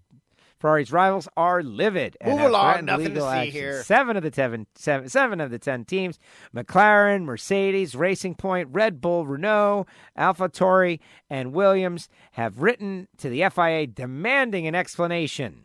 Basically, all the teams except Ferrari and Haas. And, Yeah, Haas and doesn't Alpha, care. The two teams that Get run Ferrari engines. Yeah, Right. what's the problem? And what is it? Look, clearly something was going on that was in the gray area, as we are alluding to here, but it wasn't downright cheating. Otherwise, they would have to crack down on them. And Ferrari doesn't want them to know what it was because it was some sort of proprietary crap. Well, they don't want the other teams going in that same area. They figured something out, and they don't want anybody knowing what the area was that they figured out. So they wanted to keep it a secret. And the FIA obviously is not helping them cheat, but they're like, all right, But you're not allowed to do this any longer. Just like the steering deal. The FIA knows about it. And McLaren's like, yeah, they know about it. And they said after 2021 is no longer going to be allowed. Here's what the letter says. We, the undersigned teams, were surprised and shocked by the FIA's statement of February 28th regarding the conclusion of the investigation into Scuderia Ferrari Formula One power unit. An international sporting regulator has the responsibility to act with the highest standards of governance, integrity, and transparency.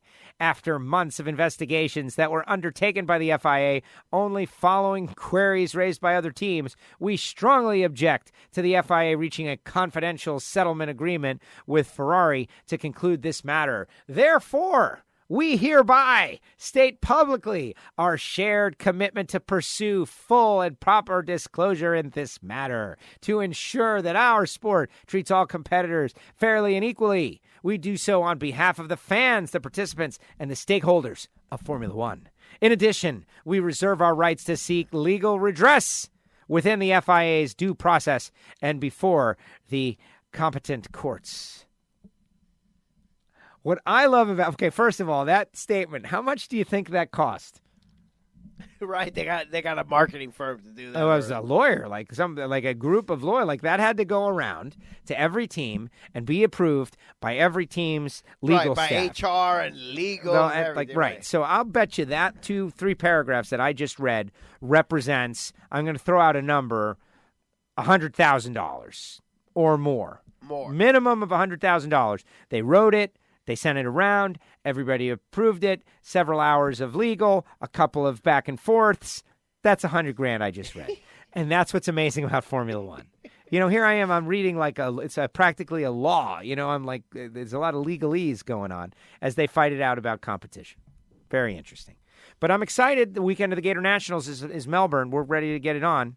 Racing is going to happen soon, and all the nonsense is going to stop. Right? BS walks? Yeah. Yeah. All right, what else? Let's Money keep going. talks. Let's keep going. I've got a couple of interesting stories. SportsCollision stuff. Let me just say this. Had Big Daddy Don Garlitz on the show. If you haven't heard it, you should listen to it. The guy's 88 years old, and he has started a new career. At 88 years old, I'm just going to tell you, Big Daddy went and got his real estate license. He went through the classes, he went and took the test, and he is now a licensed realtor in Florida. So if you're looking for land in North Florida, Big Daddy wants to be the guy to sell it to you. What are you doing? North Florida. You let your license expire. Well, why do you have to tell people that? Because you're complaining that I'm not directing people your direction. I think you'd have been a great realtor. I know I would be a great realtor. That's my backup plan. Me and Big Daddy talked about my backup plan. He's like, you can make a lot of money in real estate. Everybody I know is making $100K. That's what he said. Yeah, but down here, it's kind of like the medical, the pharmaceutical sales industry. Yeah, you're not hot enough? Exactly. Jills that's not true. You got to be you got to be a hustler. That's the thing. You got to be like hustling, and you got to be up early and out the door and calling people and annoying people and all that. And that's not your deal. Yeah, I do all right for what I do. Right, Big Daddy is in North Florida. It's a different speed, and he's famous. You know what I mean? Down here, famous. It's a different animal. It's a different. Oh yeah, everything down here is a different. I already animal. told you. Down here, the people making the money are sending the condos. Right. To people who are from outside the country. So here's what happened. We'll do Sports Collision in a second. I went to the Honda Classic last week. Oh, wow, the golf. Yeah, I went to the Honda Classic. Tiger wasn't there, right? No, nobody was there. At PGA National. And it was something else. Had a great time. Paulie the White Guy. That's the course designed by the Golden Bear, by Nicholas. Yes. And so we went out there, and I have been to many golf tournaments and have. We've done Doral multiple times. I've been to Doral multiple times. I've been to the Honda a couple of times. I've been to the Honda up at PGA National. I've been to the Honda Eagle Trace. I've been to the Honda out there in Weston. That's where our great friend Slash got into the tussle with Colin Montgomery. Remember that?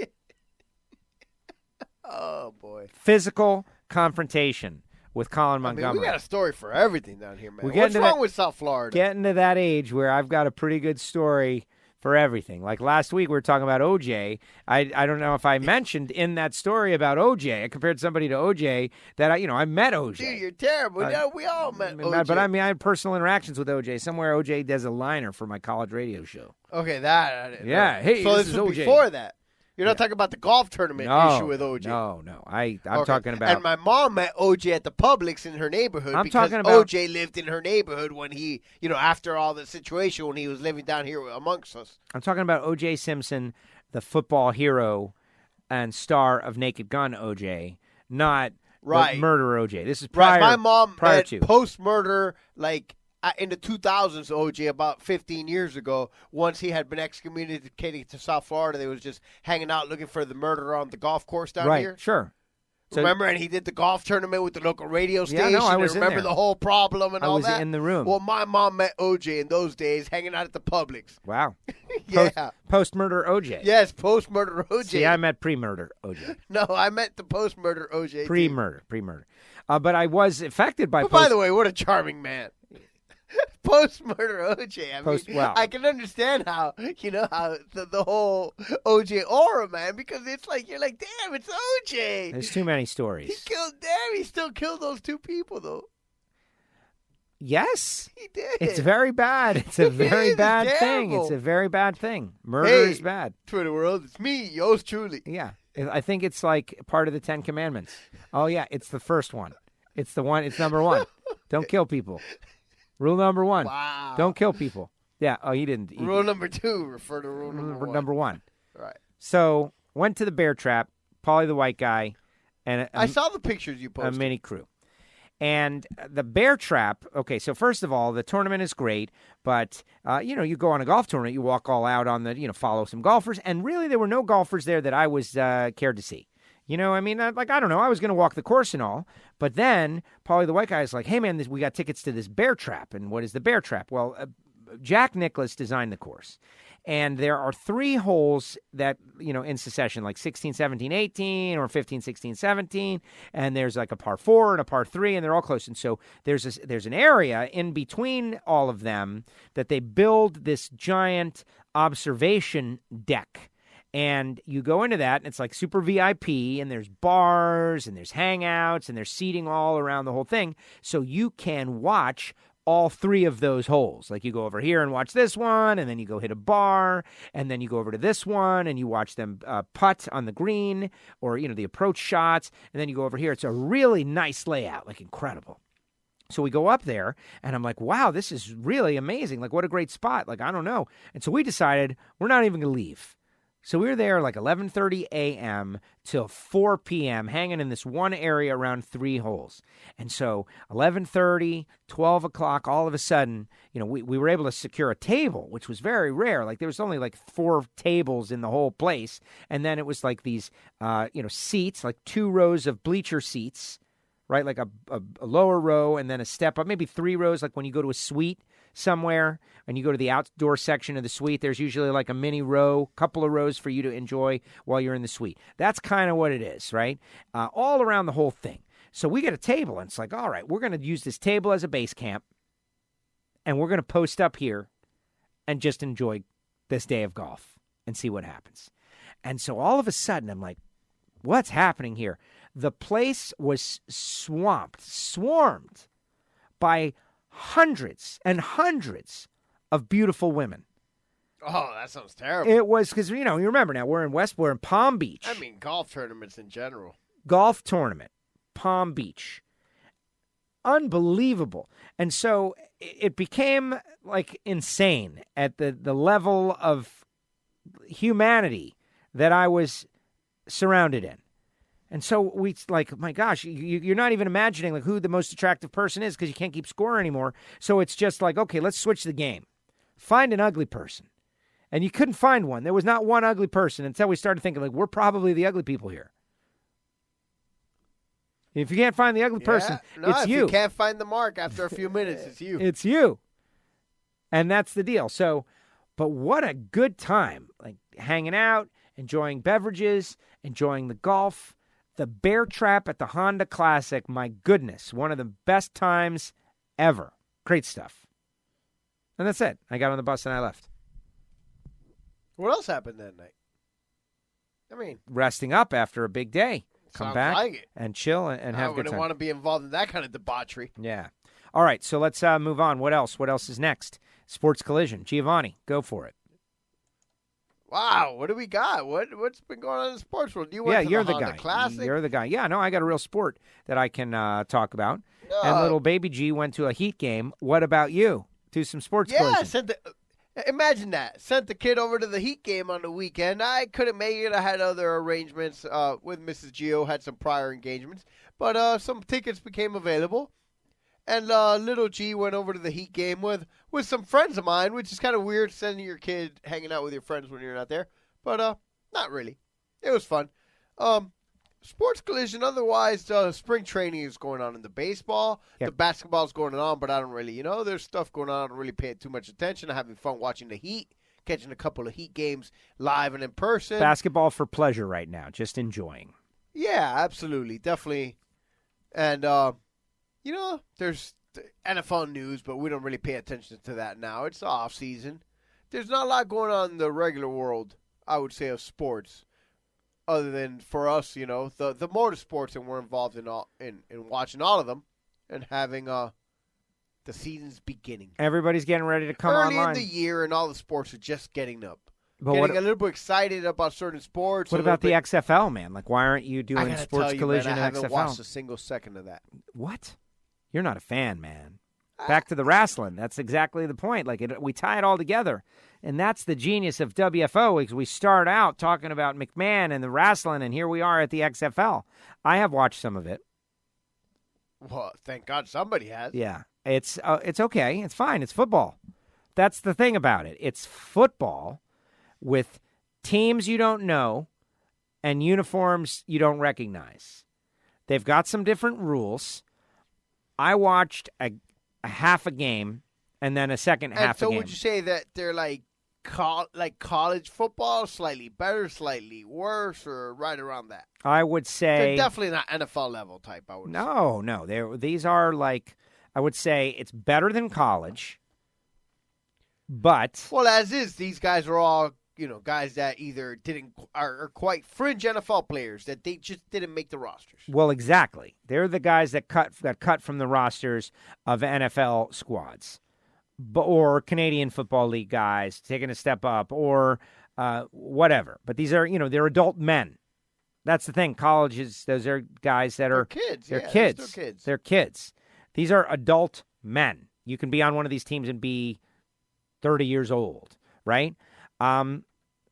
The problem with the XFL right now, the games that I watched a couple of weeks ago, in fact, is that you can see everybody is like trying to get on the same page, that it's brand new.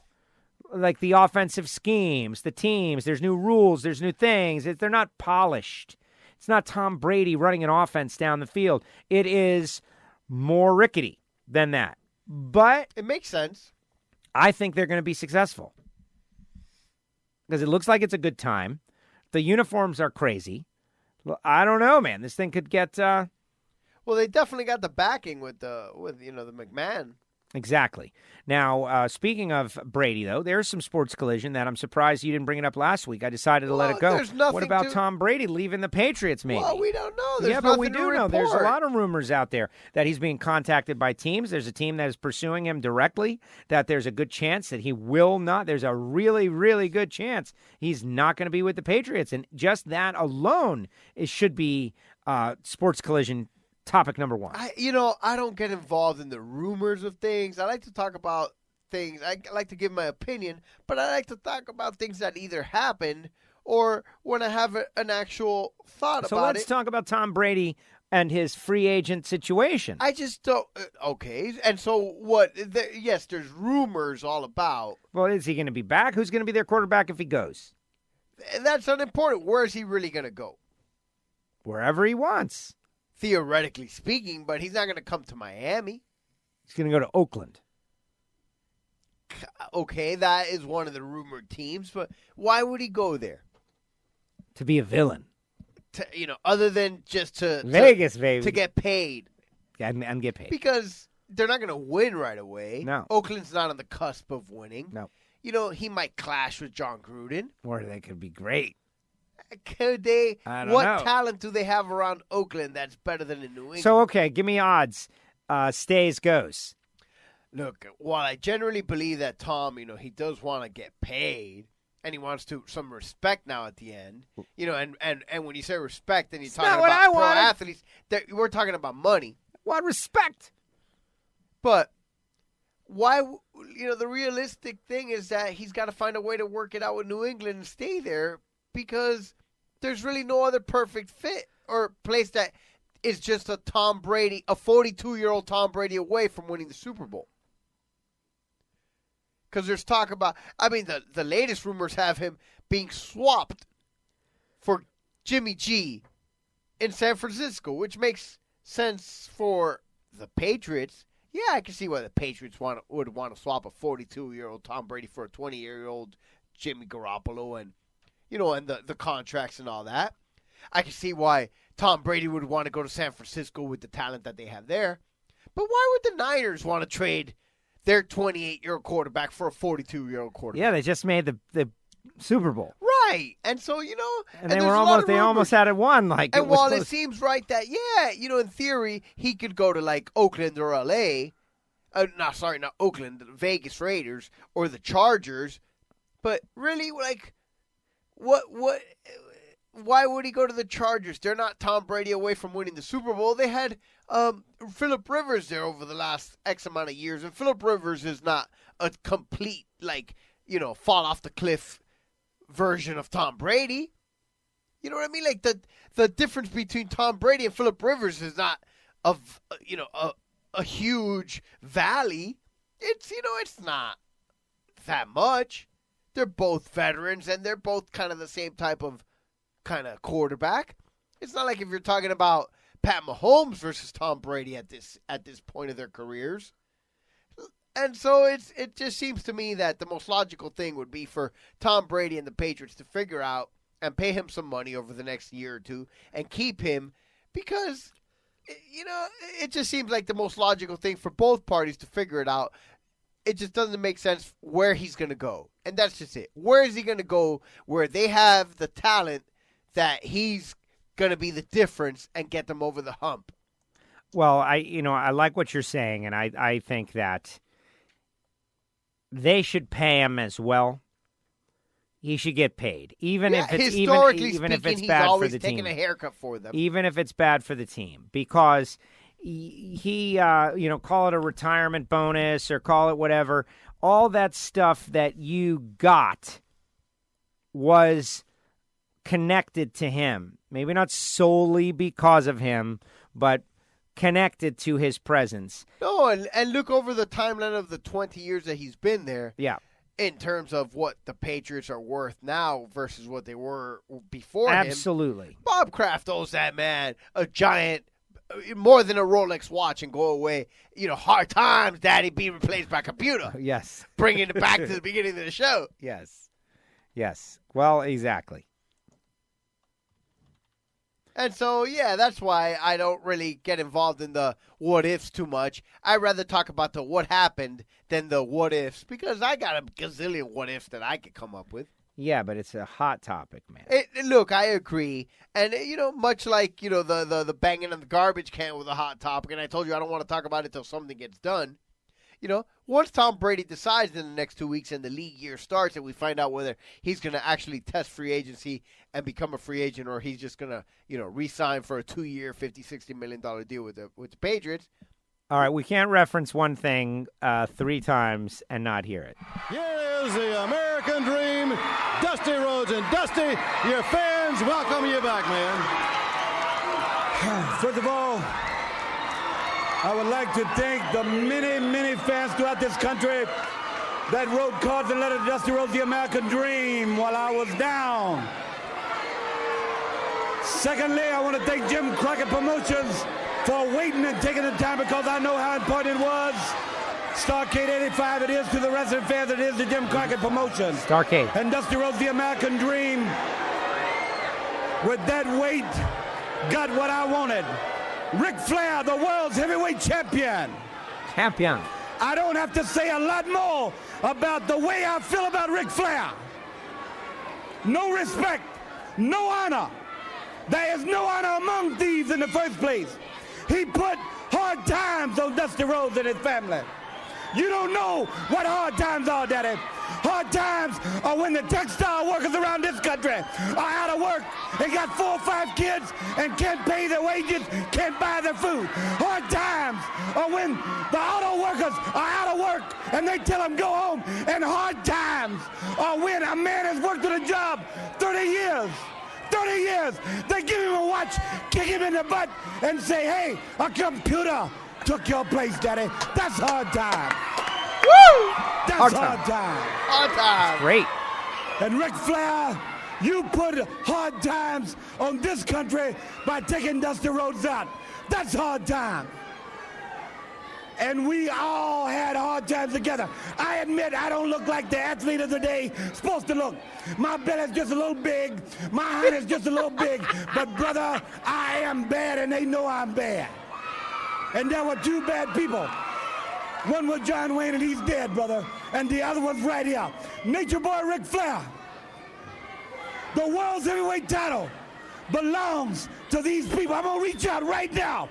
I want you at home to know my hand is touching your hand for this gathering of the biggest body of people in this country, in this universe, all over the world now, reaching out, because the love that was given me, and this time I will repay you now, because I will be the next world's heavyweight champion on this hard time blues.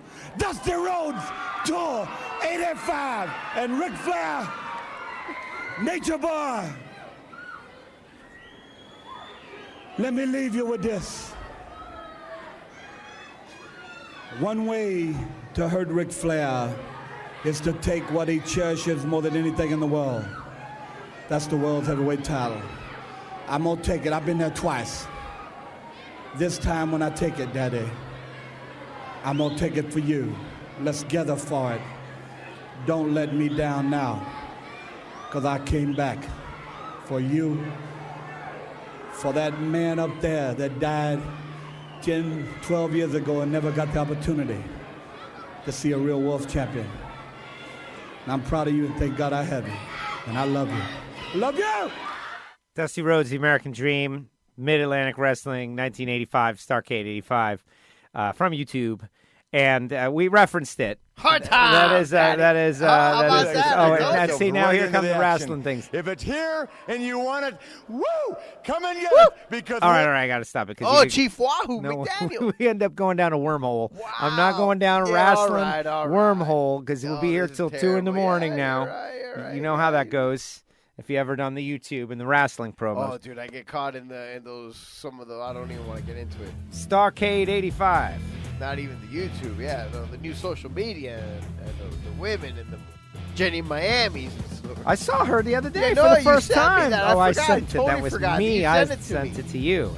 Yeah, of course. Well, all right, everybody. This has been an interesting show. Fans of Michael McDowell, if this is not what you were expecting, no, it wasn't what we were expecting either.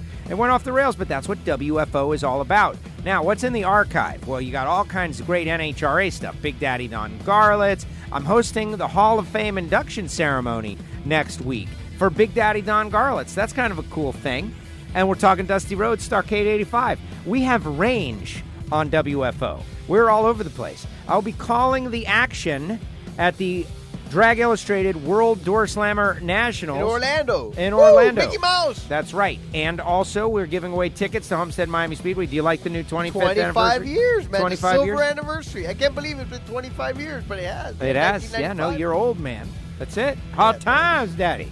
How appropriate was that? Talking about getting replaced by a computer. That's right. Get a gold watch. Get a gold watch. Get kicked out the door, replaced by a computer. All right, everybody. There's always more. There's always more WFO, but this is it. Hey, wherever you are, it's Friday. I'm still bleeding. Get ready for the weekend, but you made it, though. You're not passed out. This is one of those weekend shows. Thanks to Sherpa. Thanks to Michael McDowell. Thanks to Homestead-Miami Speedway. Thanks to our great sponsors and all you Patreons out there who've been getting your content early. Oh, man, you guys are loving it. All right, that's going to do Sign up. it. See you next time, and we'll see you at the Gator Nationals.